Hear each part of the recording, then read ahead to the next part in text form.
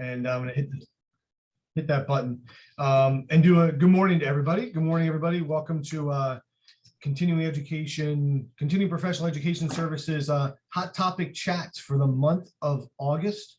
Cannot believe that it is August already, but glad you all could join us this morning. If everybody's here, we have well over 200 people who will be in the room. We're glad everybody is social distance this morning, masks are optional, and your camera is optional. If you choose to put it on, you can put it on. We would ask that you stay muted just so we don't have interference during the program. If you decide to unmute yourself, I can always mute you again. That is the power of Zoom.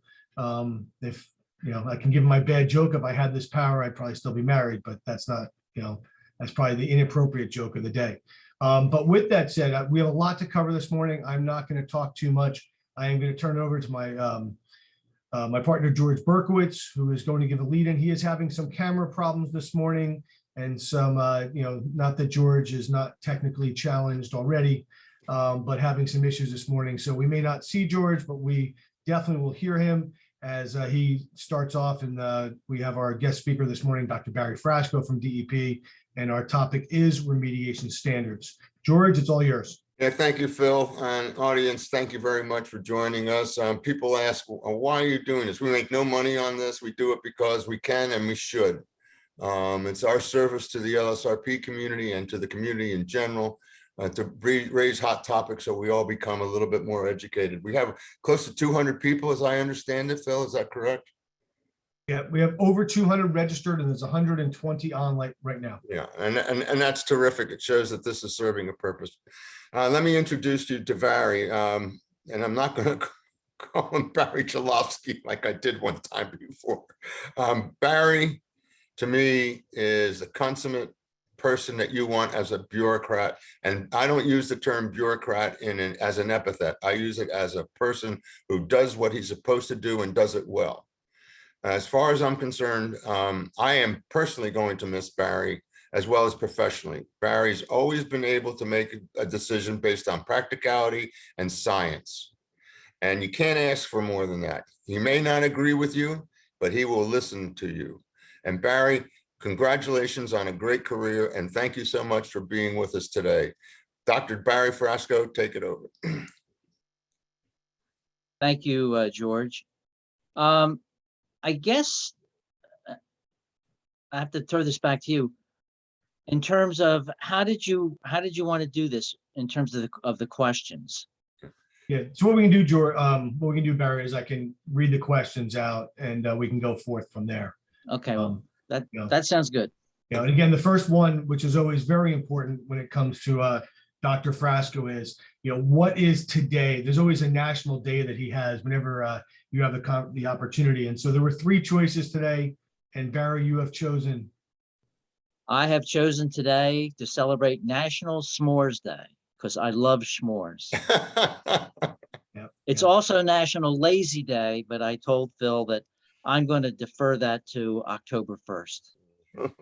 I'm choosing National Spoil Your Dog Day, which appears to be every day in my house, considering my dog's rule. I think George gave some of the background. Really, why don't we start off with, we're here for remediation standards. I'm hoping by now, since they came out, everybody has had the opportunity to read them multiple times and have their head spin.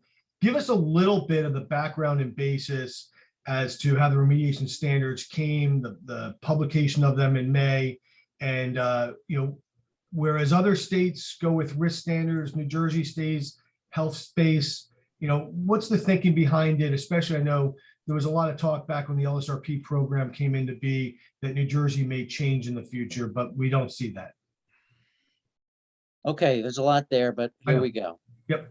The department first started using either what you would call a screening level or an action level in response to the old ECRA program, which is now the ISRA program, going back to the late 80s. But the first real effort in terms of trying to promulgate soil and groundwater remediation standards was in the early 90s. The department did put together a proposal package that actually did make the New Jersey Register, along with a proposal package for the tech regs. And I don't know the specifics, but because of the nature of establishing remediation standards, they were put on hold, and there was a series of debates, discussions with the legislature. This is going back to, again, early 90s. And as a result of that, S-1070, which became the Brownfield Act, came on board. We used at the time what we called soil cleanup criteria, or the SCCs, and they were the numbers that were proposed back in like 1991, but were never fully adopted. And we used those numbers all the way up until 2008. We had a few starts and stops on the remediation standards, and we finally got them promulgated in June of 2008. We made some updates in 2017, and then we did another major overhaul of the rule that was recently promulgated this past May. So that's kind of like the short history of it all. Question relative to whether or not New Jersey follows a risk-based program or not. I would tend to disagree with most people to say that the state uses a lot of what I would call risk-based options. Mm-hmm. The idea of leaving contamination behind, but using engineering and institutional controls such as capping, the use of alternative remediation standards based on site-specific conditions, the use of compliance mechanisms such as compliance averaging, spatially weighted averaging, the 75-10X. So there's a lot of options that are used in New Jersey that I would consider to be risk-based. The one area where there is the difference is the fact that we at DEP have not embraced the use of a baseline risk assessment to determine overall risk, such that EPA uses in the Superfund program. And that's all tied back to a statement in the Brownfield Act that says that the department shall not develop standards based on cumulative risk. Right. And that's the key piece in the Brownfield Act relative to the reason why we've never gone down that route. Isn't to say that it's going to change, but thus far it's stuck to the rule. Barry, let me ask a question that has me very perplexed. You've come up with standards for indoor air quality when it comes to VI. Mm-hmm. How have you determined that that is in your purview? And relative to, for example, ethyl benzene, do you believe now that there's going to be greater impact associated with doing vapor intrusion studies? Okay. We did ask the Attorney General's office to give us an opinion as to whether or not we had the statutory authority to regulate indoor air. And the AG's office basically said that we have limited authority in the sense that what we are doing is we are tracing or tracking contamination as a result of a discharge. Yep. So you have contaminated groundwater, it's migrating, you have the off-gassing and the potential for vapor intrusion into a building. So as long as the department can link that to a discharge, that we do have the statutory authority to regulate indoor air. And that's what we try to do. If you follow the protocol that's in the VIT, the Vapor Intrusion Technical Guidance, it's always based on tracking the plume, doing subslab soil gas sampling before you actually take an indoor air sample in order to show that linkage between in the indoor air and the discharge. Relative to ethylbenzene, in this instance, the ethylbenzene for VI will have no impact whatsoever, because when we updated the screening levels back in 2013, we redid the number for ethylbenzene using the tox factor that we used for soil inhalation. So we've been using that tox factor for VI issues for ethylbenzene going back to 2013. Mm-hmm. So from that perspective, I don't envision VI considerations relative to ethylbenzene to be a significant factor, because we've been doing it for 8 years. Yeah. Barry, I appreciate the answer. I do believe at some point in time, somebody's going to question the Attorney General's opinion. Certainly, you can trace it, the impact from from soil gas or groundwater. But once you're in there and you're saying that this is a problem, I think that DOH is going to rule. But that's my own personal opinion. Thank you for your answer. And just to let you know that we have spoken with DOH, and we are DOH and the DEP are in agreement relative to how we are currently handling the VI issue. Good. Thank you.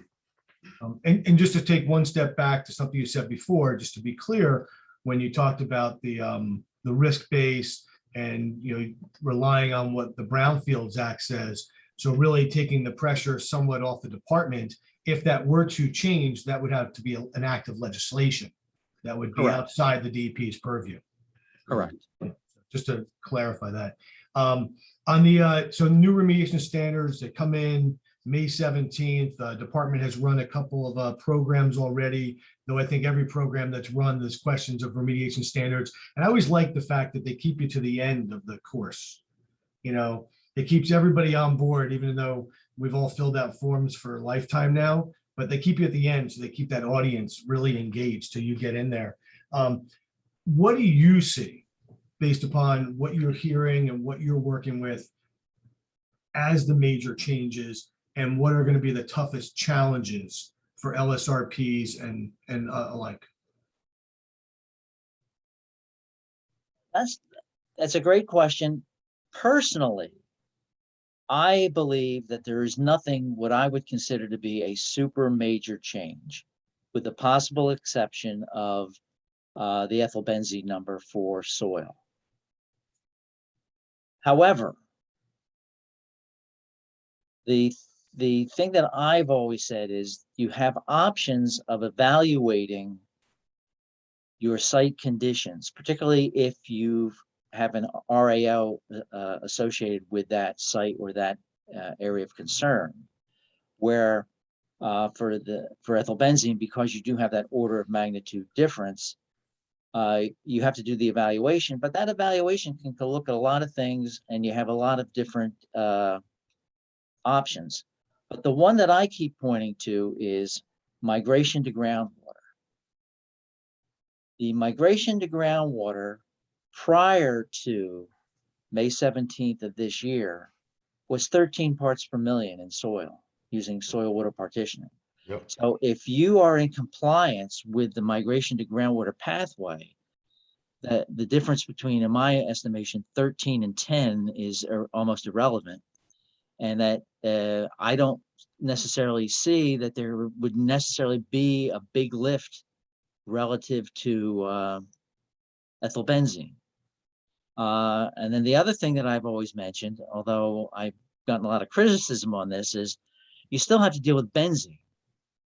So if you've remediated your site soil-wise for benzene, you are more than likely you've also remediated the site for ethylbenzene. And so just so everybody knows, if you have questions, we're going to hold the questions.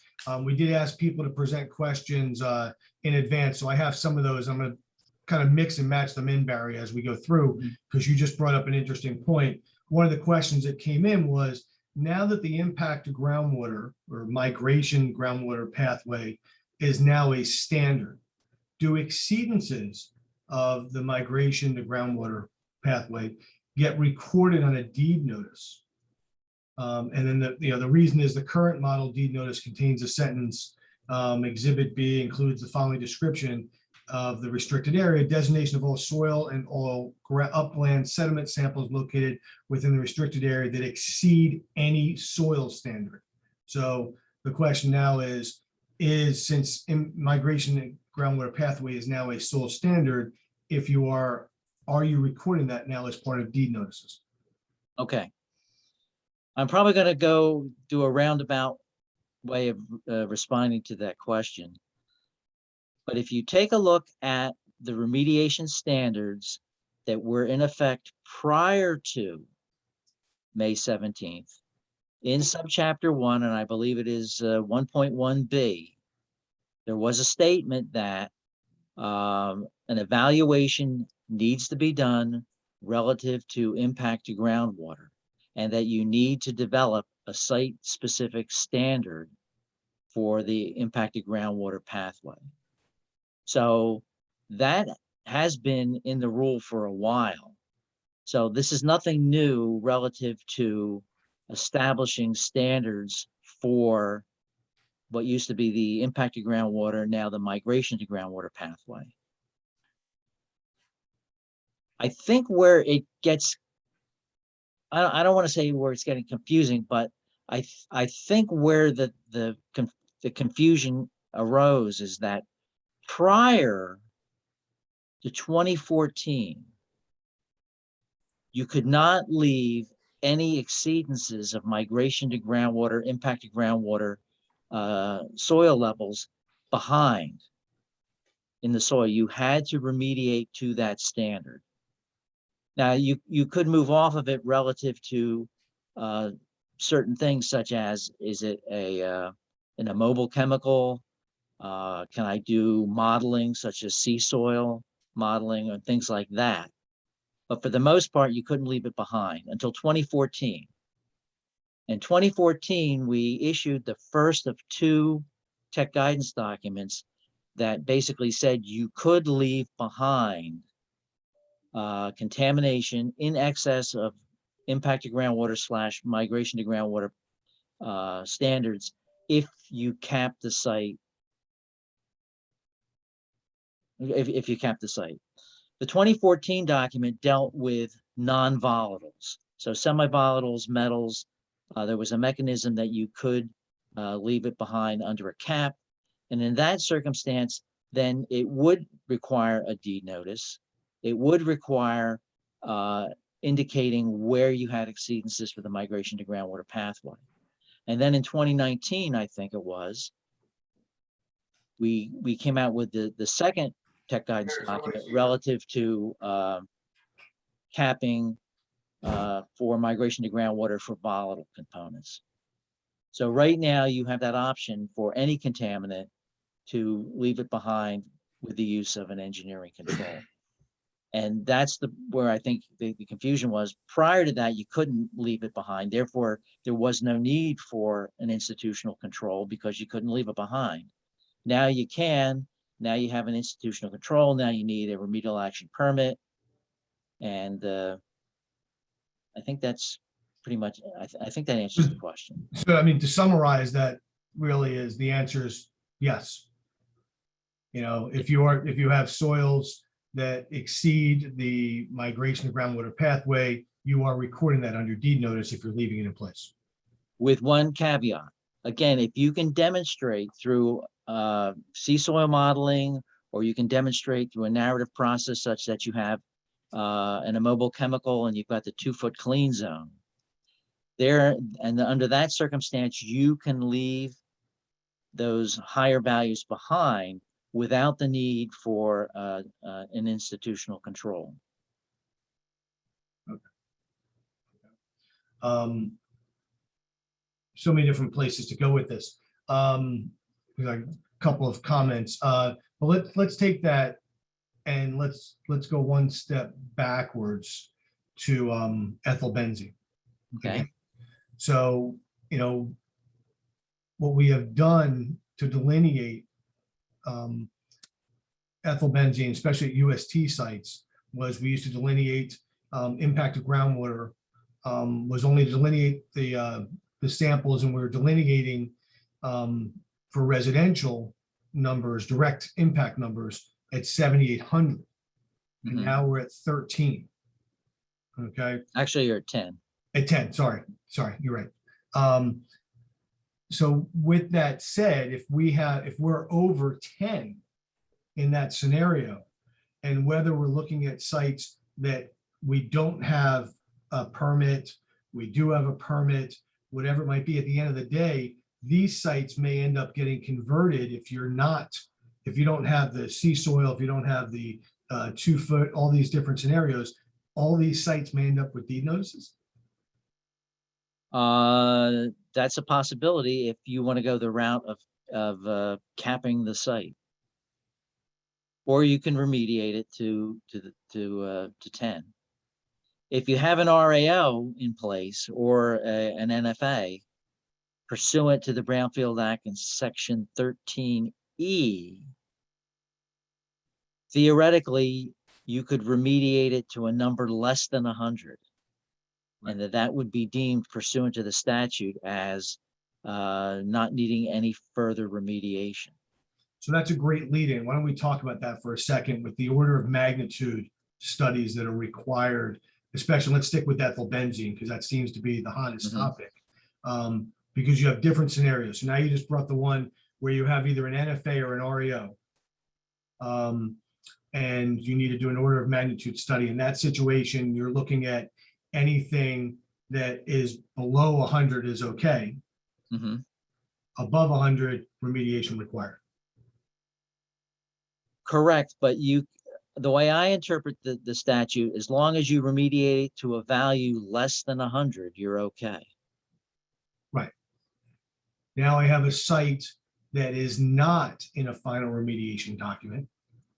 And I'm pursuing it and going forward. The order of magnitude changes, the study changes.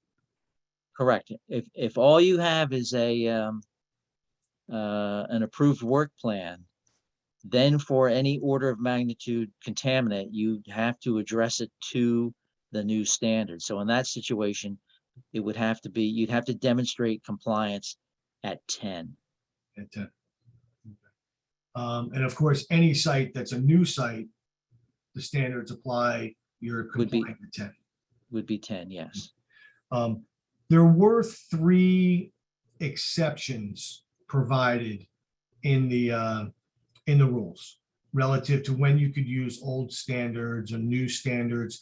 And one of the things that I want to talk a little about is, one, what they are, but also 2, that you can mix and match. Okay. And then you and I've had this conversation before. You don't have to stick to, like, if you said, okay, I'm using I have the 2008, I'm going to butcher the years. You know the years better than I do. Your mind is a lot bigger than mine, and your memory is a lot better. Must be So Phil, Yeah. are you calling me a fathead? No. Calling you a smarter man than I. Okay.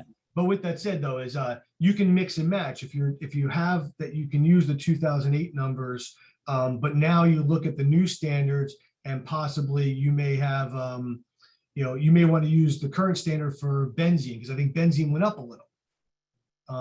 You can do that. Talk a little bit about that and the time. And basically, what the position that the department has taken is, if you had an approved work plan that pursuant to the Brownfield Act, and this is in Section 12J, that the department cannot compel a responsible party to remediate to a new standard.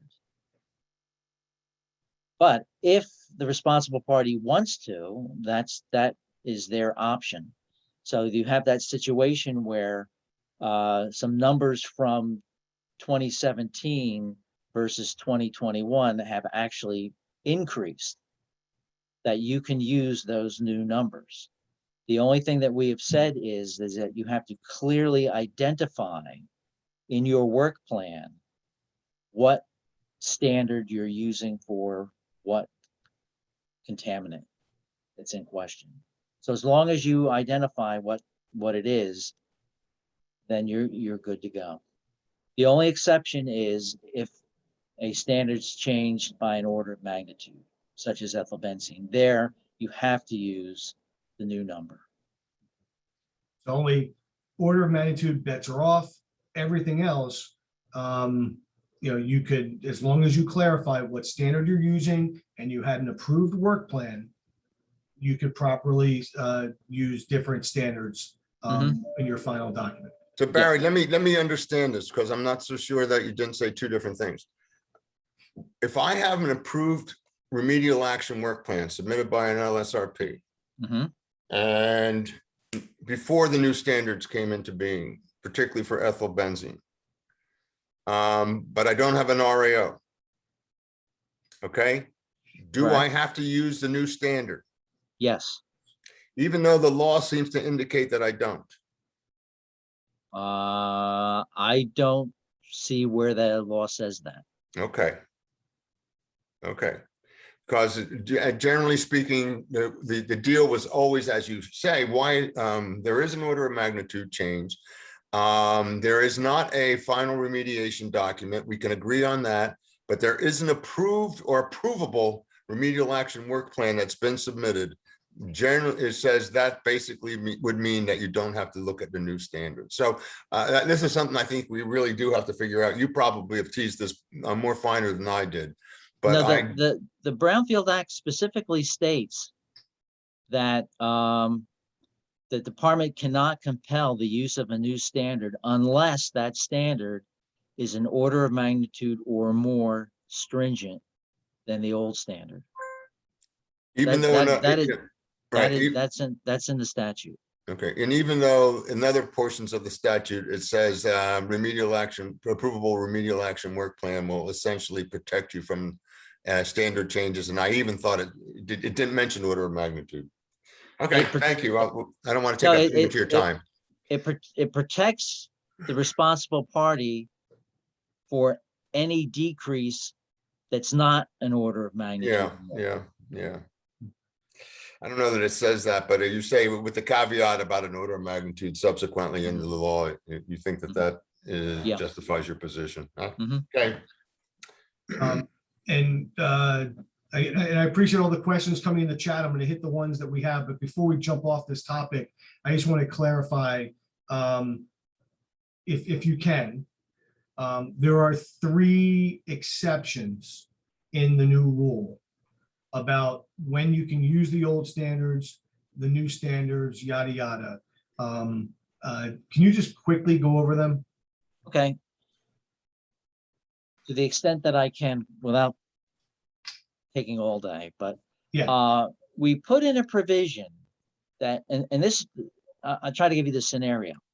You've been working on remediating your site.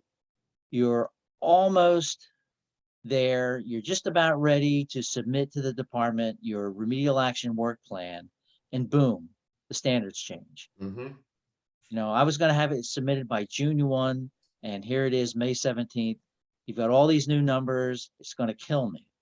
So what the department has said is, if you can get that work plan in within 6 months of May 17th, which is November 17th of 2021, if you can do that, you certify it as an LSRP, you submit it to the department, you can use the old pre-2021 numbers. So it's almost as if we're extending your ability to have that work plan for 6 months. And that's built into the rule. We didn't build into the rule, but we are doing this. It would be the same scenario for issuing an RAO. You're just about ready to issue the RAO. You were just waiting for a permit application to be submitted, to be approved. Look like I'm going to have this done by July, and boom, May 17th rolls around. So we've said the same thing. As long as you can get or certify and submit the RAO by November 17th, you get the protection, quote unquote protection, of doing your order of magnitude evaluation pursuant to 13E, as opposed to 12J or 12I, I should say. And just to clarify, I just want to make sure everybody understands. If you, even if you have, and I'm going to go back to what George just said, just to make sure, a lot of questions are coming in about this one topic. Even if you have a raw approved, okay, from whenever it was before by an LSRP or maybe even the DEP, okay, maybe it goes back that far. Ethyl benzene is an order of magnitude change. Correct. So unless you have a final remediation document, you have to comply with the new standard. Correct. If you have a final remediation document, anything up to 100, you're okay. Over 100, remediation or something needs to be done. Correct. An evaluation needs to be done. Values. And I need to be clear. The trigger is an order of magnitude. Right. So it has to be, if it's less than an order of magnitude. Yeah. I just want to clarify that one more time. Phil, I want to comment on your word, use of the word approved. It says approvable. Doesn't not have to be officially approved, but it's an approvable, in the LSRP's position, it's an approvable work plan. Right. We're taking the position as long as if you certify it, you're certifying that it's in accordance with the rules and regulations. Right. Right. Right. And to be clear, a final remediation document is an REO, whether it's restricted or unrestricted. And Correct. if it's restricted, then you need to look at the standards. Mm-hmm. And again, just to also to clarify it, the evaluation, this order of magnitude evaluation, is specific to the given document. So if you have an AOC RAL, Mhm. when you are doing your order of magnitude evaluation, you're doing that order of magnitude evaluation relative to the AOC in question, not to any other part of the site. Right. If you have a soils only RAL and you're doing an order of magnitude evaluation, you're doing an order of magnitude evaluation relative to the soil standards. You're not doing an order of magnitude evaluation relative to groundwater or VI. Mm. And to clarify what you said too is because you don't, if you have a final remediation document, you don't necessarily have to remediate if it's over 100, but you have to basically evaluate. And one of your evaluations could be compliance averaging. Yes. You can look at all these different, and you could get below the 100 and be done. Correct. So, okay, just to be clear, you have a lot of, as an LSRP, there are tools in your toolbox. In the presentations that I've been making, that is one of the things that I have tried to bring out to everyone. This is an opportunity for you as an LSRP to use your professional judgment in terms of evaluating the site in question or AOC in question. Okay. I'm going to give you somewhat of a case study here. You should have number 5 on our list. So if we determine we have historic results that now exceed the current standards, and we resample that location, and current sample results are below the new and current standard, is there still an obligation to delineate any further or not? Because for that specific location, you now have met standards. For example, I have a historic sample at 9.5 to 10 feet. It had ethyl benzene of 200. I just resampled, it's now at 5. Do I need to be concerned about delineating that original 200? Okay, it's a great question. I would have to say that when you look at these things, you have to look at it from a case-by-case basis. Is that 200 the highest value that you had at the site or the AOC? Or do you have other samples that are greater than 200 somewhere on your site? I don't think you can make a call, oh, I don't have to do anything more. You probably need to look at, or potentially you may have to look at other sampling locations to make that call as to whether or not no further action, as it were, would be needed for the ethylbenzene. If the 200 was the highest hit and you got the 5, I think you could make an argument that you're okay, that through degradation and whatnot, you're okay. You may, or on the other hand, you may want to just take a couple more samples just to verify that, you know, you're below the 10 number. So in other words, your answer is basically, don't just evaluate one sample, look at all of the samples Yeah, for the AOC Correct. and determine, you know, like if you have 200 and everything else is below 100, maybe you're good there. But as you look at your conceptual site model and your whole picture, if you have a 200 here and a 150 here and a 675 here, you're not really doing the entire AOC representative samples. Correct. Yeah, and Phil, I would comment that Barry just gave an illustrative example, that's redundant, an illustration of how an LSRP can use their judgment. And I really think that that's important. And that leads me, and I know we have a lot of questions and we don't have that much time left. And I think we should leave a lot of time for some additional questions. But Barry, I want to get to the issue of technical consultations. When we have technical consultations, in most cases, members of your staff are involved in one form or another. I've always found, and no, I have routinely found that sometimes your staff representative is not conversant with the LSRP program and is not necessarily practical and acknowledging professional judgment. Do you want to comment on that, or you just want to leave that as it may lie? I'll just say that you're always going to have a span of people's opinions or their beliefs, in the sense of, I have staff who are very conservative, I have staff that are middle of the road, I have staff that are somewhat liberal. But I think you find that anywhere. Even with LSRPs. We try to make it very clear that we're just providing an opinion, and we're not saying, oh, you have to do it this way. We're basically saying, you asked us a question, here's what we think. Well, it's not binding, as it were. Yeah, I think that's appropriate. What really sticks in the LSRP's craw is that when their professional judgment, they tell you that my professional judgment doesn't agree with your professional judgment. In other words, they're saying that they have a difference of opinion, and therefore, if that gets back to the permit reviewer, it could be a very protracted problem. So that's just a fact of life, and you're not going to rectify that in October. So just forget I even asked the question. Yeah. But I mean, it's the idea that you can always bring that issue up the chain. Yeah, and that's what happens exactly. Yeah.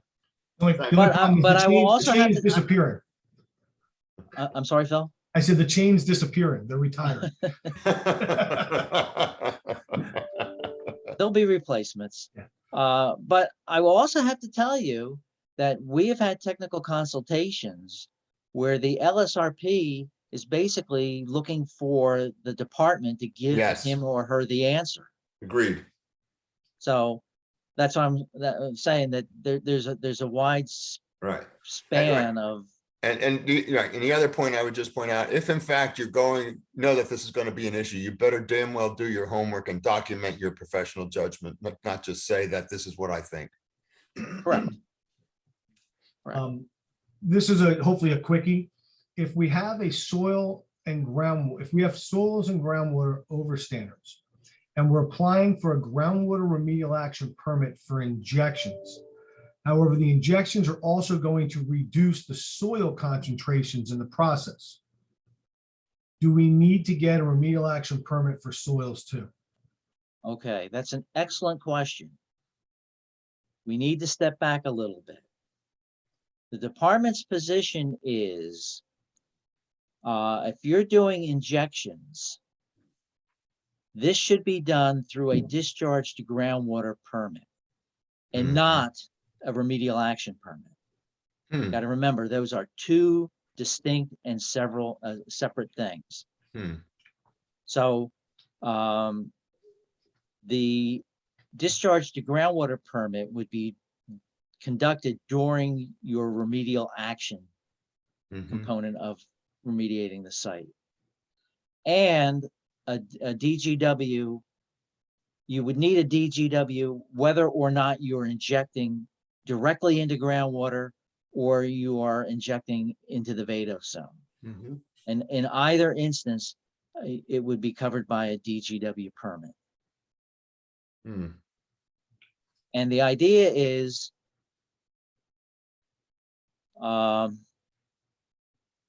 in most instances, it's a one-shot or a two-shot deal.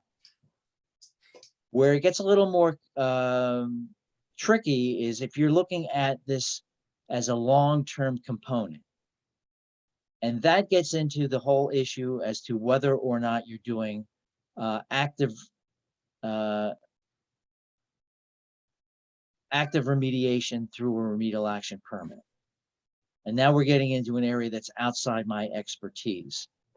But my belief would be, if you know that this injection process is going to be a longer term issue, you may want to contact Bureau of Remedial Action Permits to see what can be done relative to that issue, whether or not it can be done under that permit, or whether they're going to say you just need to keep doing it through a DGW process.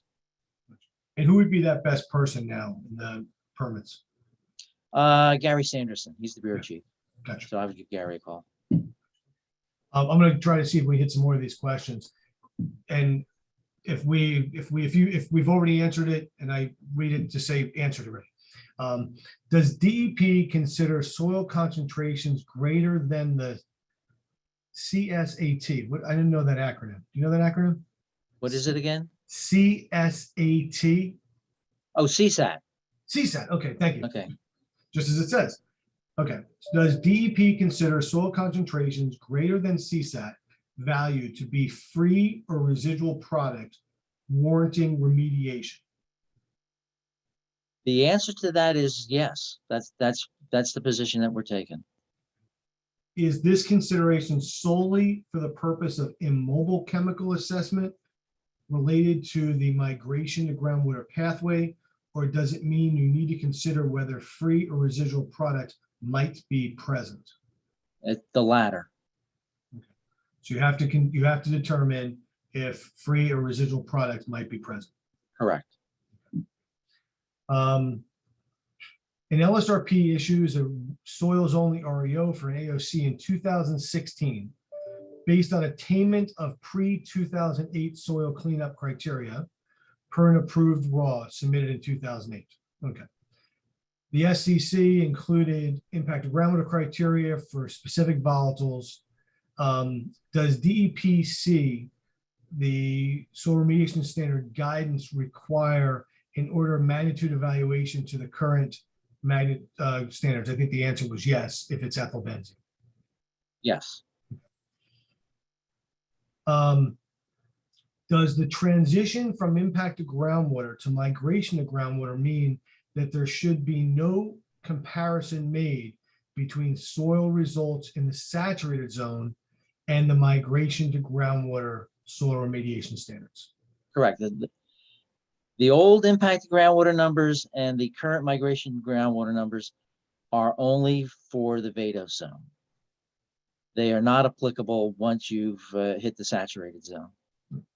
That was another question that came in, so that's good. Okay. We answered that one. We answered that one. Can you use, and we answered this, but I want to ask it again, just to be clear. Can you use professional judgment to say that ethyl benzene concentrations are below standards based upon historic data that has some concentrations above 99? So in other words, above 100. And the answer is you needed to use the tools in your toolbox. You can't just say, Karnak, if anybody remembers from Carson days, it's above, so we're okay. You have to either, compliance average, use one of your tools. Correct. The department would not accept, as an example, ethylbenzene over the 20 years would have degraded to this value. If you have analytical data to back that up, fine. But just making a statement that I believe I'm okay because the stuff degrades is probably not sufficient. Does the guidance in the former frequently asked questions for impacted groundwater pathway and soil remediation standards regarding contaminants with groundwater quality standards based on secondary considerations such as aluminum, manganese, silver, and zinc still apply? Yes. I do have to say that we do have in the current rule a migration to groundwater number for silver, which we probably should not have put in because silver is a secondary standard. The argument that I would make if you have silver that exceeds that number, that I would just say that it's in a report, I've evaluated silver, it's a secondary standard, the number doesn't apply, or something to that effect. Can you use that same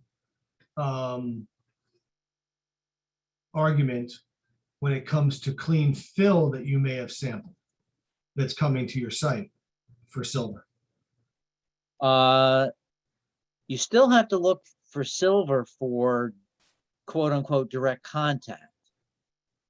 But if you're below the direct contact for silver, I would say you're okay relative to migration to groundwater because we're not regulating that. So the moral of the story is don't ignore the fact, document. Yes. Document if your sample's over, document why you're not necessarily considering it to be of concern. Correct. Document, document, document. With the recent changes in the site remediation standards, including the change of migration to groundwater from the impacted groundwater, if you have demonstrated that the compounds have not migrated to groundwater through either SPLP or groundwater sampling and analysis, can you use that as a factor for not doing further delineation?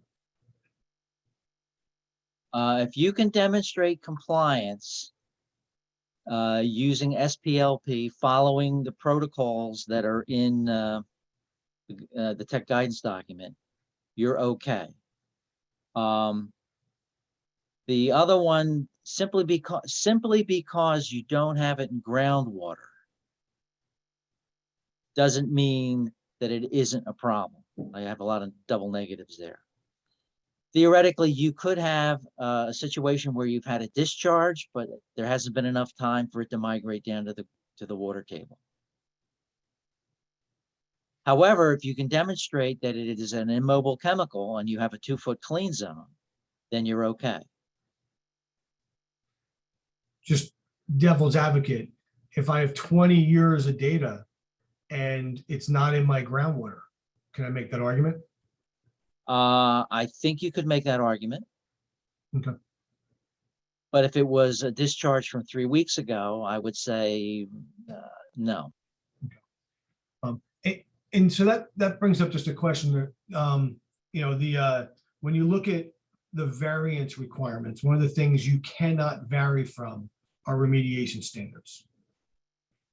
In that scenario, because now we have impact, the migration pathway, you can't, is a standard now. Could you, if you have 20 years of groundwater data, you believe you're making a link based upon geology, sieve analysis, whatever you end up doing, is that a variance? That's a great question.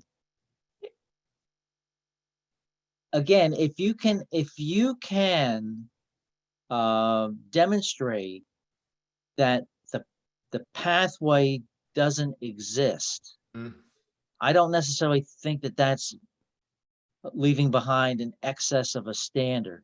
same thing with the mobile chemical. You can leave behind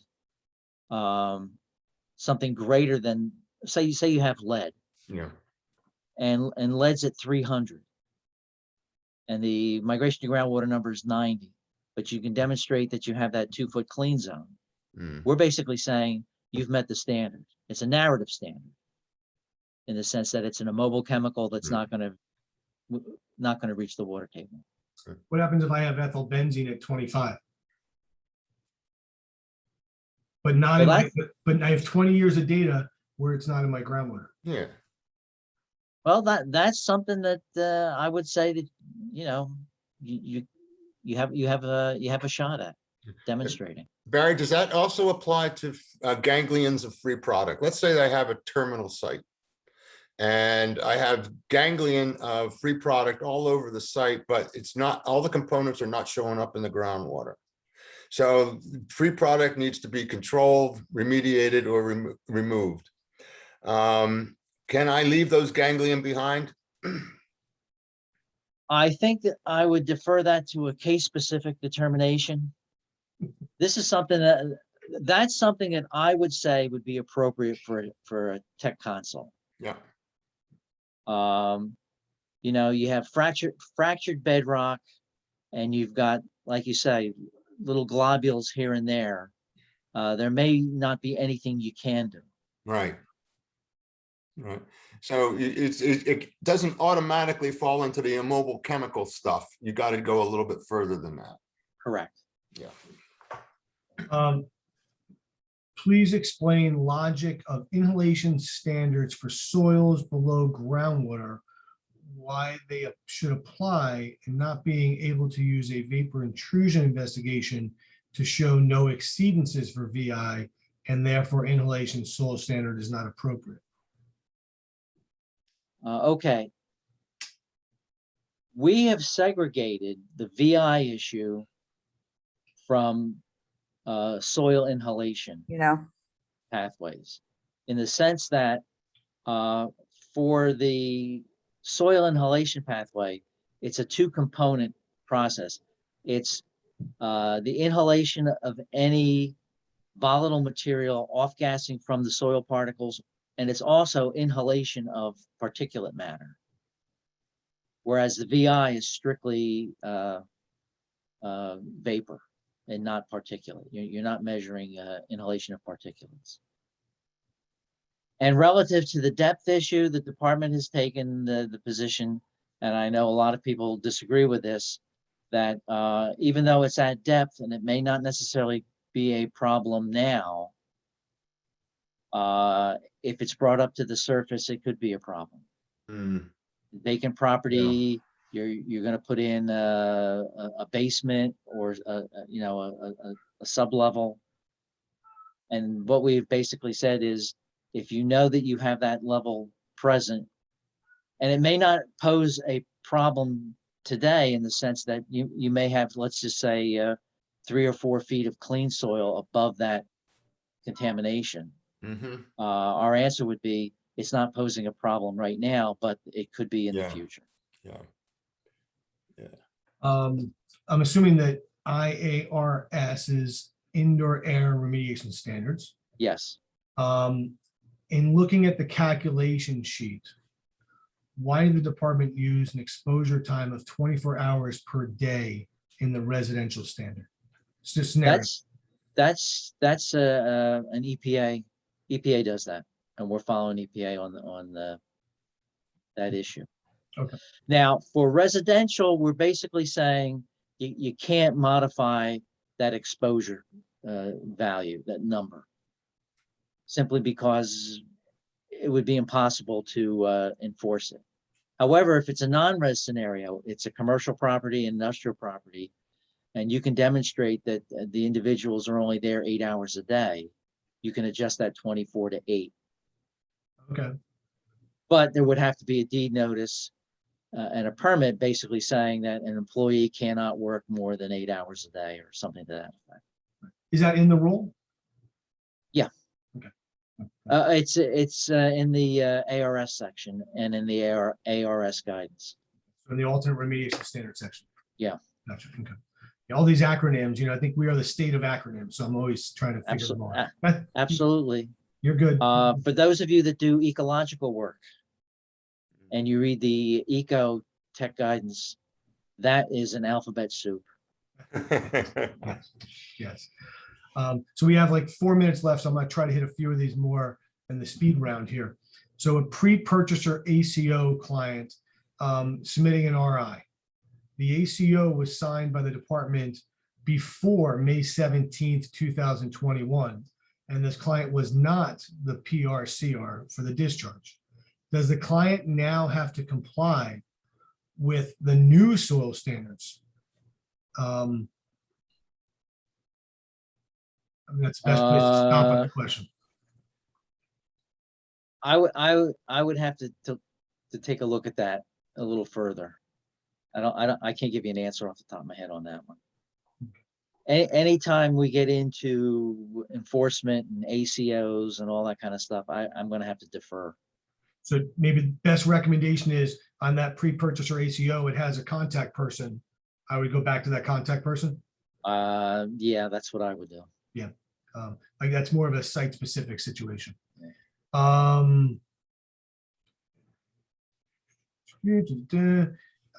I'm just going back here.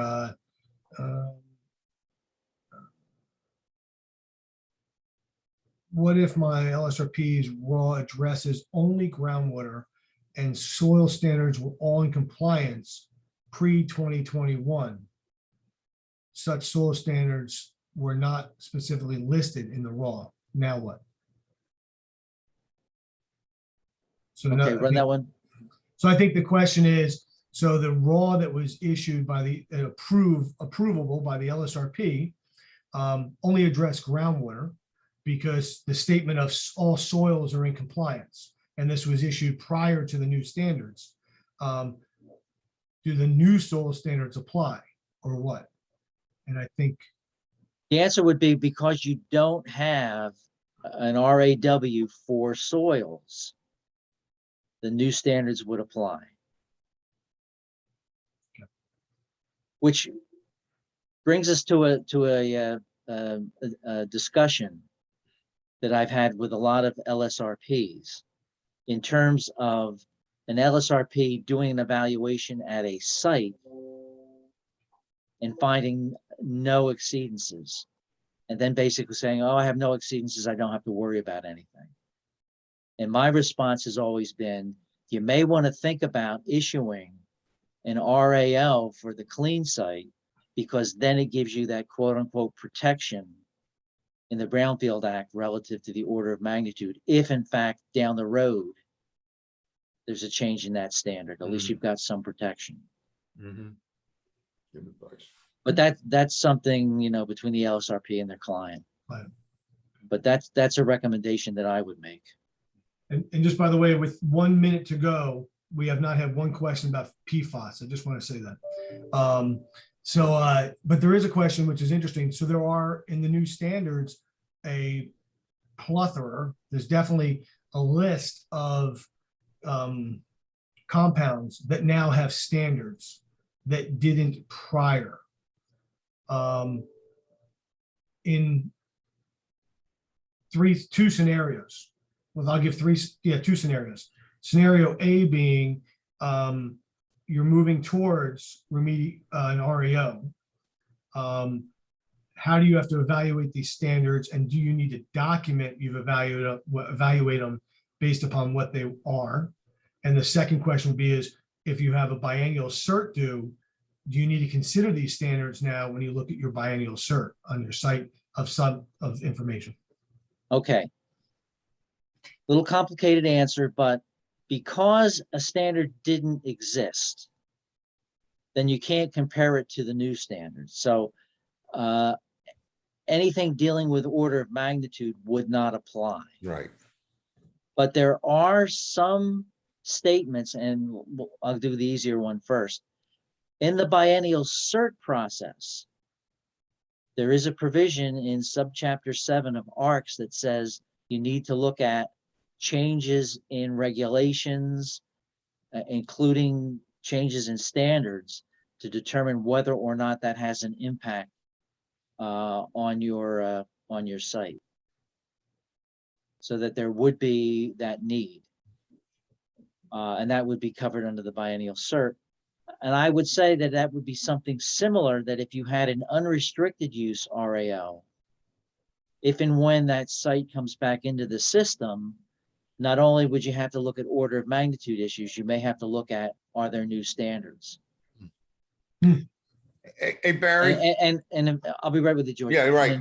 And in fact, I would say you probably need to use the same thought process as if it were a contaminant of emerging concern, a CEC.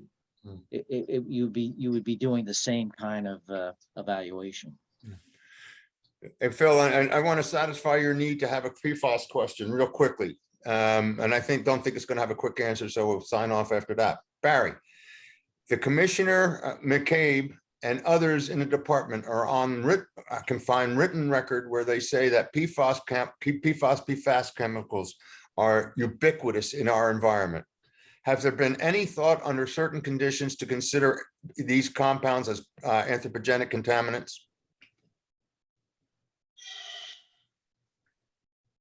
I mean, there's always the basis of whether or not it's background. And then, and again, like you say, you've got that diffuse anthropogenic background. I would tend to say that that probably needs to be taken into consideration. If and when that happens, I don't know. Yeah. Well, you'll be sitting out front of DEP 401 East State Street with a beard that ZZ Top would be proud of, panhandling. Isn't that right when that happens? I don't know. Let's all hope he has better things to do. I won't be there panhandling, but let's all hope he has better things to do in retirement. Yes. I am always very respectful of our speakers' time, as well as all of you who have participated today. Yeah. Barry, thank you very much for joining us this morning. I think we hit a lot of topics. We got a lot of answers.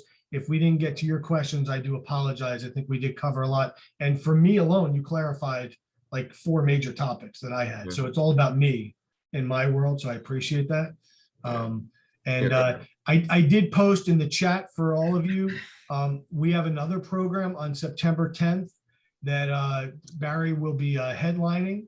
And I didn't check to see what national day that is, but I'm sure Barry will cover that in the program.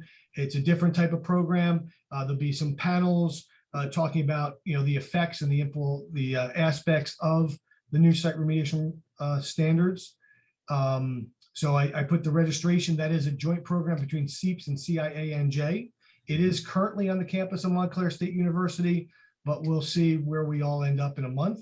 Yeah. And a copy of this recording will be posted on our website, which is cpesnj.com. I didn't mention it before, but I do have to say that also with us today is Julianne Masago, who is our Director of Operations, and she makes sure that we all end up in the right place for these programs. So I do thank Julianne for being there. And as always, I will give Dr. Berkowitz the last word. Yeah, so thank you, Phil. I just want to thank everybody for participating. Look, this is a whet your appetite event. This is the lost leader, so to speak. This program relative to these standards, as well as other issues in site remediation, particularly as it applies to the BIRA, could go on for hours and probably should go on for hours. So stay tuned. I'm not so sure we're not going to have another follow-up. And by the way, as an added incentive to go to the program that